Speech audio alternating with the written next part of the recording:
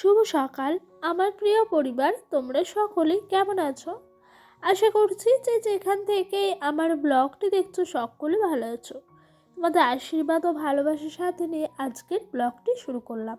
আজকে হলো শনিবার, এখন বাজে ঘড়ির কাঁটায় ঠিক সকাল 6:30। ঘুমের থেকে উঠেছি অনেকক্ষণ জানো, কিন্তু উঠে না আর ঘর থেকে বেরোতে ইচ্ছে করছে না।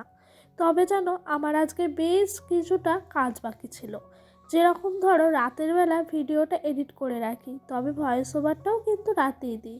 কাল রাতে কিছু কারণবশত আর ভয়েস ওভার দিয়ে ওঠা হয়নি, তাই আজকে সকাল সকাল একদম ঘুম থেকে উঠেছি ওই 5:30 পৌনে 6টা নাগাদ। ঘরের সমস্ত কাজকর্মগুলো সারলাম, সেরে একদম চলে এসেছি এদিককার কাজকর্মগুলো শুরু করতে।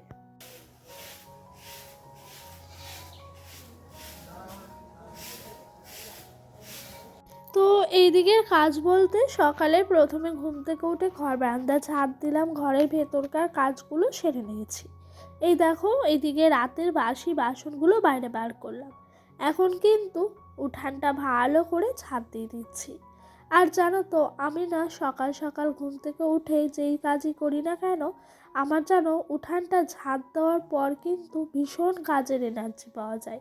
কেন বলো তো, অনেকটা সময় ধরে উঠানটা ঝাড় দিতে হয় তো, আর উঠানটা ঝাড় দিতে দিতে যেন একটা কাজের এনার্জি পেয়ে যায়। আমি ভাবি যেন এক একদিন যে আমার উঠান ঝাড় দেওয়াটাই হলো আমার সকালের কাজের একটা এনার্জি ড্রিঙ্ক। যাই হোক, এই কথাটা মজা করে বললাম, কেউ কিন্তু সিরিয়াস নিও না। তো তোমাদের সঙ্গে দেখো, কথা বলতে বলতে এদিককার উঠানটা আমার ঝাড় দেওয়া হলো। এরপরে এই যে কুয়োর পাড়ে উঠানটা ঝাড় দিচ্ছি। আর আজ সকাল থেকে ভীষণ হাওয়া বইছে, শীতল হাওয়া। তো ওই হাওয়া বওয়াতেই যেন তো ভীষণ শীত করছে। আজকে যেন সোয়েটারেও শীত মানছে না। তবে আমরা বাড়ির গৃহিণীরা সংসারের কাজকর্ম ছেড়ে হাত পা গুটিয়ে বসে থাকলে তো একদমই চলবে না। এখন জানো তো বেলা 8টা বাজে, আর আমাদের গ্রামের ভিউটা ঠিক এরকম, কুয়াশা ভরা, পাখি, তার সাথে এই যে ক্ষেত। কি সুন্দর লাগছে না বলো? ওই যে দূরে ওইটা দেখা যাচ্ছে, দেখো, সবুজ, তার উপরে কিছুটা হলুদ, মনে হচ্ছে কে যেন এঁকে রেখে দিয়েছে। তো এই পাখিগুলো যেন আসে এখানে পোকামাকড় খেতে। এরা না এই জমিটাকে ভালো রাখার চেষ্টা করে।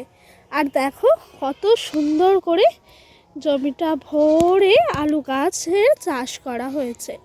প্রথমে আলুগুলোকে কেটে কেটে এখানে মাটির মধ্যে দিয়েছিল, সেগুলো থেকে কত সুন্দর করে গাছ বেরিয়েছে। দাঁড়াও, তোমাদের দেখতে পাচ্ছ এরকম, এই যে এটা কিন্তু একটা আলু। হ্যাঁ, এই আলু থেকেই গাছটা হয়েছে এরকম করে।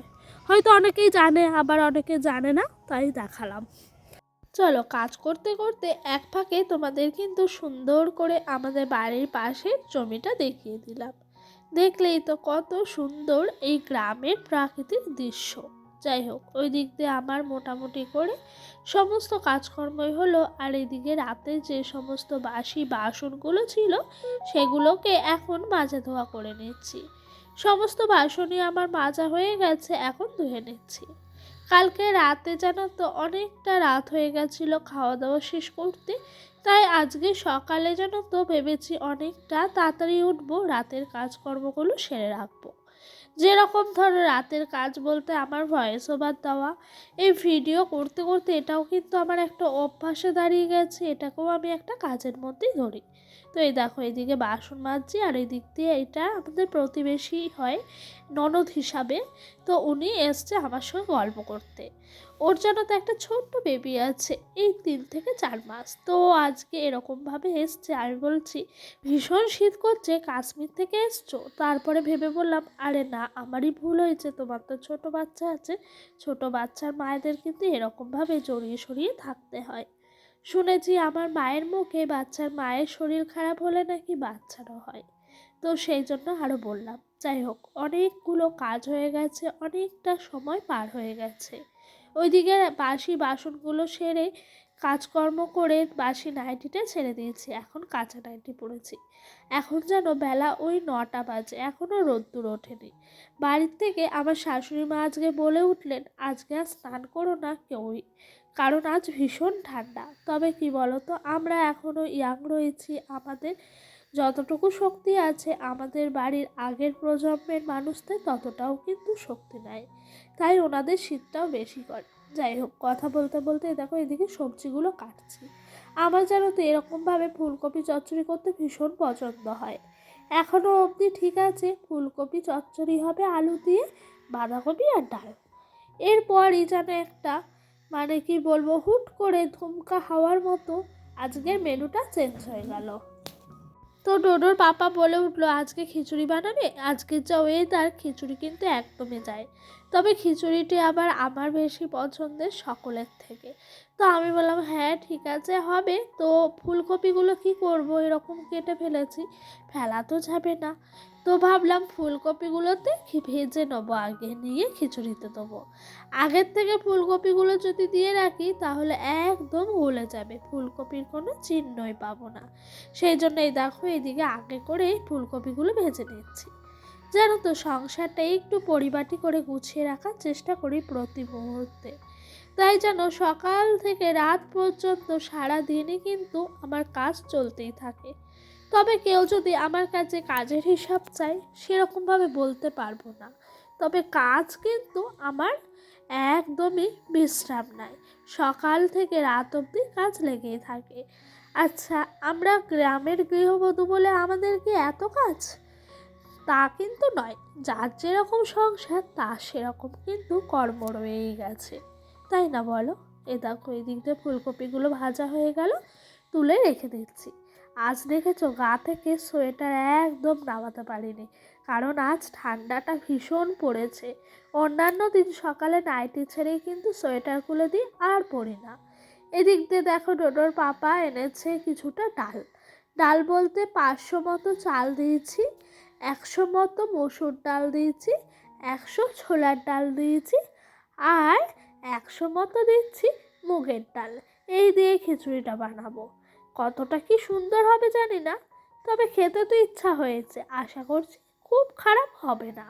আবার যে খুব আহামরি তাও হবে না, তবে যেটুকুই হোক খেয়ে তো নেব। তো দেখো এইদিকে চাল আর ডাল দেওয়াতে এতটাই হাঁড়িটা ভরে গেছে, আমি আর হাঁড়ির মধ্যে খিচুড়িটা রান্না করতে পারছিলাম না। তো ওইদিকে বাঁধাকপিটা হওয়ার পর এই দেখো মশলাটা কষিয়ে রেখেছি। তো তারপর কিছুটা আবার আলুও দিয়েছি, এতে করে একদম ভর্তি হয়ে গেছে।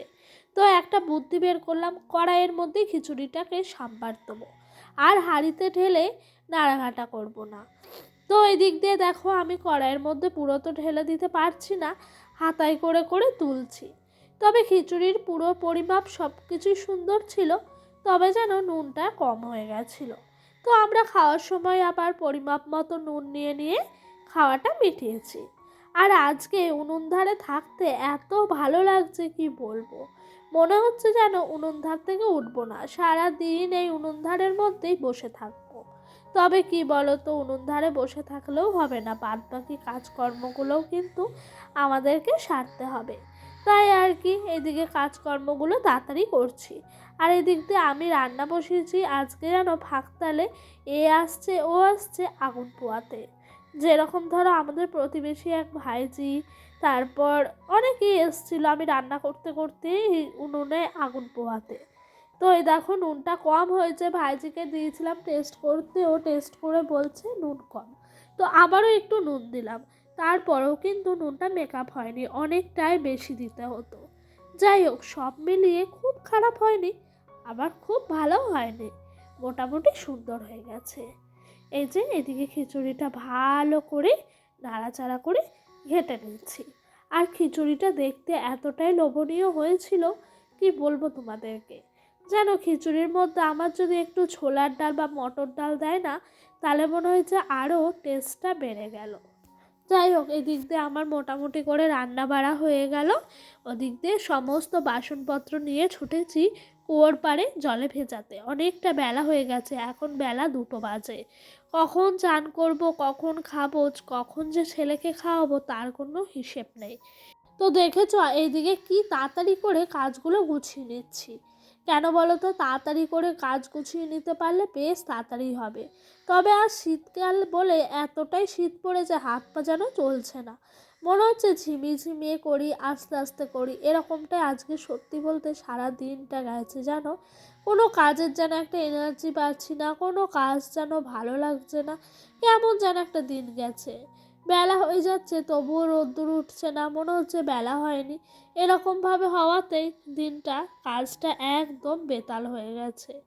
তাই দেখো কাজটা বেতাল হওয়াতে বেলাটাও কিন্তু অনেকটাই হয়ে গেছে। তবে প্রথম দিকে ভেবেছিলাম আজকে একদমই স্নানটা করব না, তবে আমি যেন তো আবার স্নান না করে থাকতেও পারি না, তাই আর কি এইদিকে চলে গেলাম আমি আর ডোডোর পাপা মিলে কল চালাতে। তো মোটরের জল চালিয়ে স্নান করলে বেশ আরাম লাগে বলো, গরম গরম জলটা পাওয়া যায়। তো এই দেখো এইদিকে আমি কিন্তু উনানটা ভালো করে লেপে কুচে নিচ্ছি। আর জানো তো এইসব কাদা মাটি কালি ঘাটার পর চান না করে থাকাই যায় না, তখন মনে হয় যে চান না করলে কেমন একটা যেন লাগে। তাই এদিকে তাড়াতাড়ি করে দেখো উনানটা লেপে দিচ্ছি।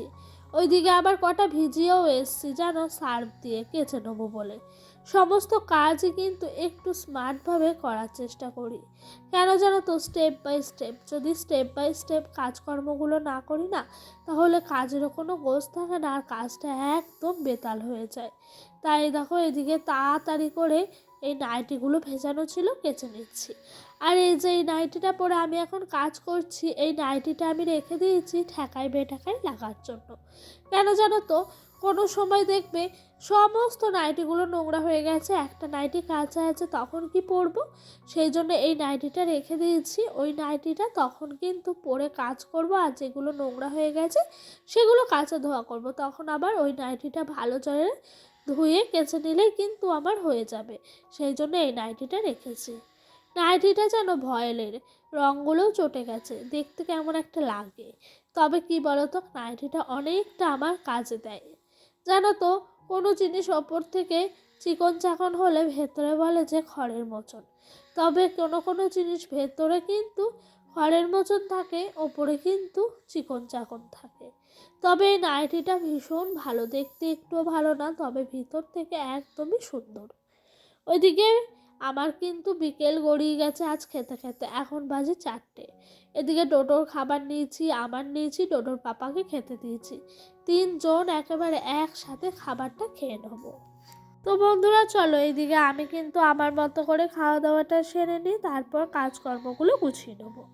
আজকের মতো ভিডিওটা এই পর্যন্তই রাখলাম। তোমাদের আমার ভিডিওটা কেমন লাগলো সেটা অবশ্যই কমেন্ট বক্সে কমেন্ট করে জানিও। বাই, সকলে ভালো থেকো।